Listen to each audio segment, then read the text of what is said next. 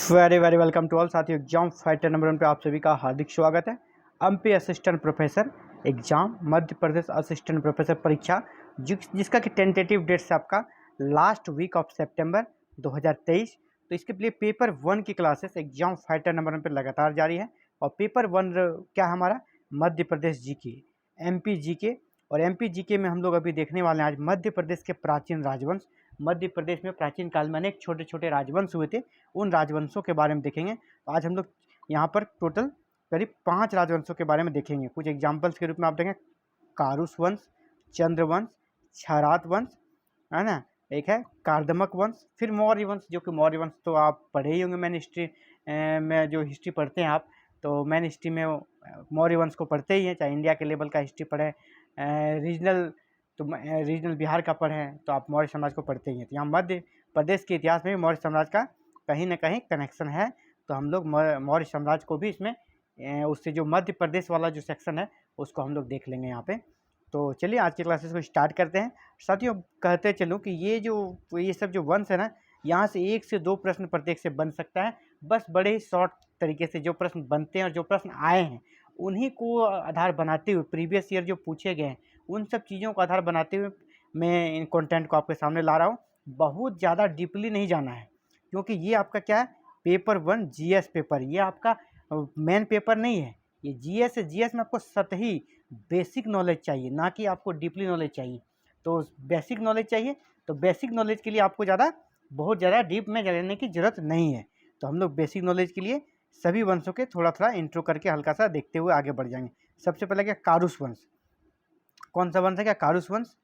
मनुष्यों की परंपरा में अंतिम मनु, मनुष्यों की परंपरा में अंतिम मनु वेवस्वत के 10 पुत्र थे।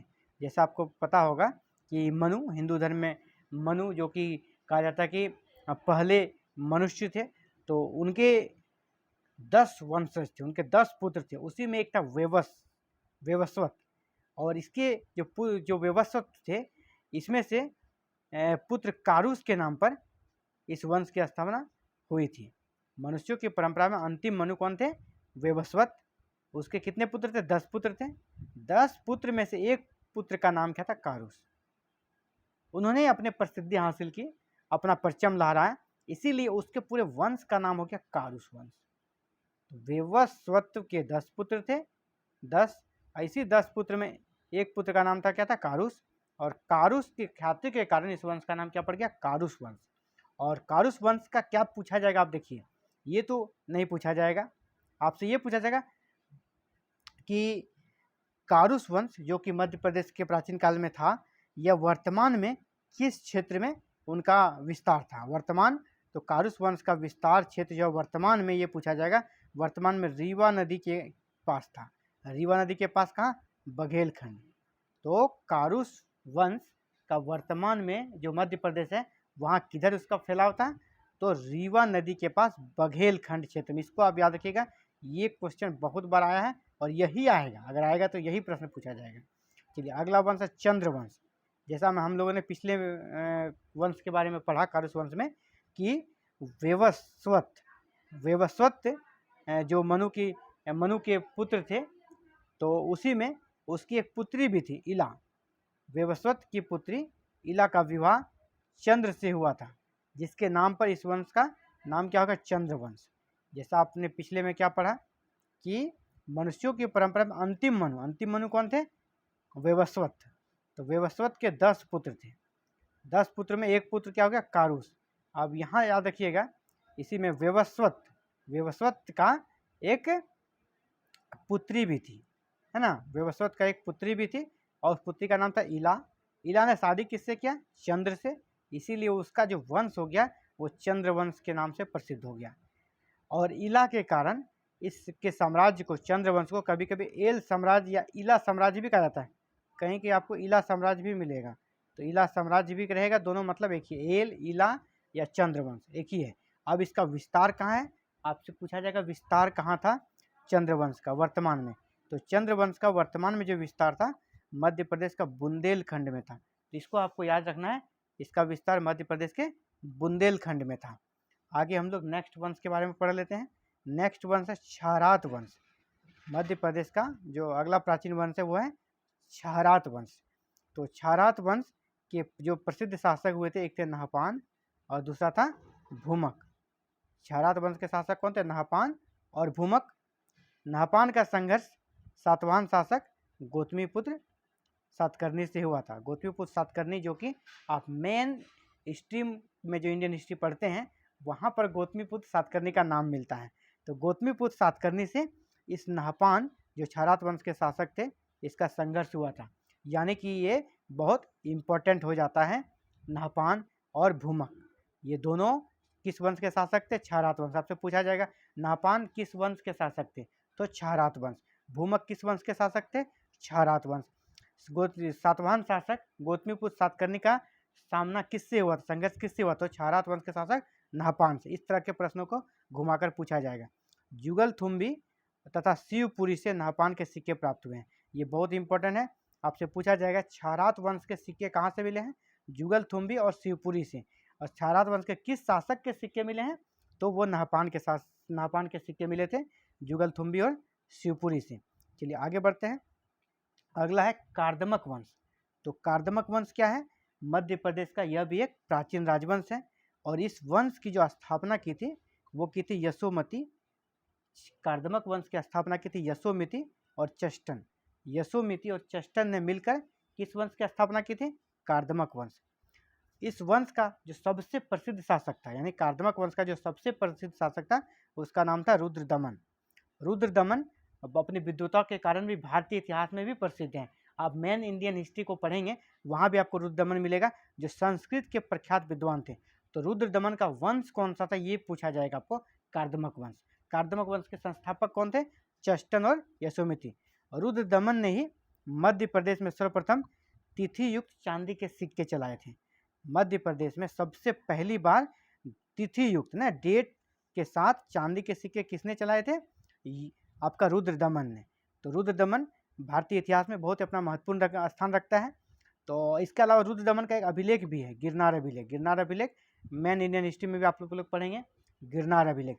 तो गिरनार अभिलेख से पता चलता है रुद्रदमन ने अपने काल में सुदर्शन झील का पुनर्निर्माण करवाया था। सुदर्शन झील को बनवाया था रुद्रदमन ने। ठीक है, तो ये हो गया हमारा कार्दमक वंश को हमने देख लिया। अब देखेंगे हम लोग मौर्य वंश। मौर्य वंश तो आपने बहुत पढ़ा होगा, लेकिन यहाँ हम लोग देखेंगे कि मध्य प्रदेश और मौर्य साम्राज्य का क्या कोरिलेशन है, क्या संबंध है। उन सब चीज़ों को देखते हुए हम लोग आगे बढ़ेंगे, क्योंकि हमको मध्य प्रदेश का इतिहास को जानना है, मध्य प्रदेश के जीके को पढ़ना है। तो मौर्य वंश के उन्हीं चीज़ों को छुएंगे जो कि मध्य प्रदेश से संबंधित है। तो मध्य प्रदेश में मौर्य साम्राज्य के व्यापक साक्ष्य मिले हैं। बहुत सारे साक्ष्य ऐसे मिले हैं कि मौर्य साम्राज्य का विस्तार मध्य प्रदेश में भी था। सम्राट अशोक जब शासक बने उसके पहले आप पढ़े होंगे जीके में कि शासक बनने के पहले अशोक कहाँ का गवर्नर था? अशोक उज्जैन का ही गवर्नर था। और उज्जैन कहाँ हमारा? मध्य प्रदेश में। यानी मध्य प्रदेश में मौर्य साम्राज्य के बहुत सारे साक्ष्य मिले हैं। अशोक स्वतः उज्जैन का गवर्नर हुआ करता था। अशोक ने सांची के स्तूप का निर्माण करवाया। बौद्ध धर्म के स्तूप का निर्माण सांची में कराया। तो सांची कहाँ है? मध्य प्रदेश के रायसेन जिले में है। यानी मध्य प्रदेश से मौर्य साम्राज्य का बहुत ही घनिष्ठ संबंध रहा है। तो हम लोग को यहाँ पे इन चीज़ों को ऑब्जेक्टिव के रूप में याद करना है। और जैसे कि सांची का स्तूप किसने बनाया था? अशोक ने। और कहाँ बनाया था? तो रायसेन जिला में, मध्य प्रदेश के रायसेन जिला में। तो एग्जाम के दृष्टिकोण से उन्हीं चीज़ों को देख रहे हैं हम लोग जो कि मध्य प्रदेश से संबंधित है। अगला है मौर्य सम्राट अशोक ने विदिशा राज्य। विदिशा कहाँ है? मध्य प्रदेश में। तो अशोक ने, जो मौर्य शासक थे, महान मौर्य शासक थे, अशोक ने विदिशा राज्य के सृष्टि यानी मध्य प्रदेश राज्य की जो सृष्टि थी विदिशा की, उसके पुत्र श्रीदेवी के साथ वैवाहिक संबंध भी स्थापित किया था, जिससे उसको एक पुत्र और एक पुत्री हुआ था, महेंद्र और संघमित्रा। यानी महेंद्र और संघमित्रा का कह सकते हैं मामा घर कहाँ हुआ? मध्य प्रदेश। मध्य प्रदेश में कहाँ? विसिदा। इसकी माता का नाम श्रीदेवी था। मध्य प्रदेश के दतिया जिले में, मध्य प्रदेश के कौन से जिले? दतिया जिले में गुर्जरा नामक स्थान से अशोक के लघु शिलालेख मिले हैं, जिसमें अशोक का नाम अशोक उत्कीर्ण हुआ है। ये बहुत ही बार पूछा गया है किस अभिलेख में अशोक का नाम अशोक उत्कीर्ण हुआ है, तो वो हमारा कौन सा हो गया? गुर्जरा अभिलेख। और गुर्जरा अभिलेख कहाँ है? मध्य प्रदेश। और मध्य प्रदेश में कहाँ? मध्य प्रदेश के दतिया जिले में। यानी एग्जाम के दृष्टिकोण से ये इंपॉर्टेंट हो गया 2-3 प्रश्न कि गुर्जरा अभिलेख कहाँ मिला है, तो दतिया में, और ये इसलिए इम्पोर्टेंट है क्योंकि ये मध्य प्रदेश में स्थित है और ये लघु शिलालेख मिले हैं, यहाँ अशोक के लेख मिले हैं। तो ये साथियों मौर्य वंश के का जो भी मगध कर सकते हैं मध्य प्रदेश से संबंध था, उन सब चीज़ों को हम लोग देख रहे थे क्योंकि एग्जाम में आपसे यही सब पूछा जाएगा। तो हम लोगों ने आज देखा 1 2 3 4 5 प्राचीन राजवंशों के बारे में हम लोगों ने देख लिया है, और यही पाँच राजवंश हैं मध्य प्रदेश के प्राचीन राजवंश मुख्य रूप से थे। इसके अलावा जो भी अन्य छोटे छोटे राजवंश हैं नेक्स्ट क्लासेस में मिलते हैं हम लोग, और आगे के जो प्राचीन राजवंश हैं। इसके लिए आज के क्लासेस में इतना ही। Thank you very very much for watching this video on connecting to exam fighter number 1। साथियों आप भी चाहते हैं आप भी ऐसे ही फ्री में MP असिस्टेंट प्रोफेसर पेपर 1 की तैयारी करें तो हमारे साथ जुड़ सकते हैं, और जुड़ने के लिए एक ही माध्यम, चैनल को सब्सक्राइब करें, बेल आइकन को प्रेस करें, ऑल बटन को क्लिक करें ताकि आने वाले सभी वीडियो की नोटिफिकेशन आपको मिल सके और आप MP असिस्टेंट प्रोफेसर पेपर 1 की तैयारी, कंप्लीट तैयारी अकॉर्डिंग सिलेबस की तैयारी हमारे साथ जुड़कर बिल्कुल फ्री में कर सकते हैं। थैंक यू, धन्यवाद, have a nice day to all.